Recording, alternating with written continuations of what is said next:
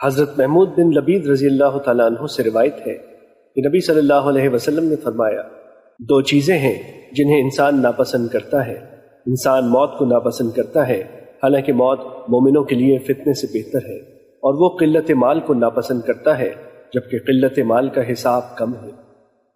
مشکات المصابیح حدیث نمبر 5251۔ حضرت انس رضی اللہ تعالیٰ عنہ سے روایت ہے کہ انہوں نے کہا، رسول اللہ صلی اللہ علیہ وسلم نے فرمایا، مجھے اللہ کی راہ میں جتنا ڈرایا گیا ہے اتنا کسی کو نہیں ڈرایا گیا۔ اللہ کی راہ میں جتنی مجھے اذیت دی گئی ہے اتنی کسی کو اذیت نہیں دی گئی۔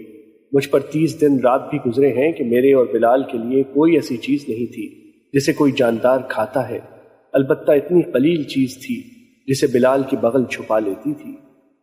مشکات المصابیح حدیث نمبر 5253۔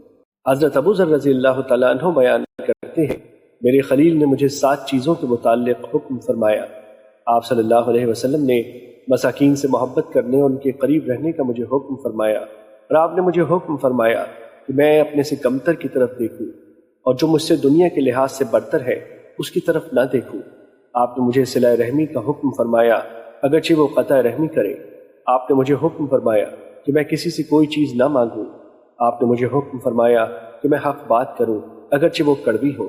آپ نے مجھے حکم فرمایا کہ میں اللہ کے حق کے بارے میں کسی ملامت گر کی ملامت سے نہ ڈروں، اور آپ نے مجھے حکم فرمایا کہ میں لا حول ولا قوت الا باللہ کثرت سے پڑھا کروں، کیونکہ وہ کلمات عرش کے نیچے خزانوں میں سے ایک خزانہ ہے۔ مشکات المصابیح حدیث نمبر 5259۔ حضرت انس رضی اللہ تعالیٰ عنہ بیان کرتے ہیں، رسول اللہ صلی اللہ علیہ وسلم نے فرمایا، خوشبو اور عورتیں میرے لیے پسندیدہ بنا دی گئی ہیں، اور میری آنکھوں کی ٹھنڈک نماز میں ہے۔ مشکات المصابیح حدیث نمبر 5261۔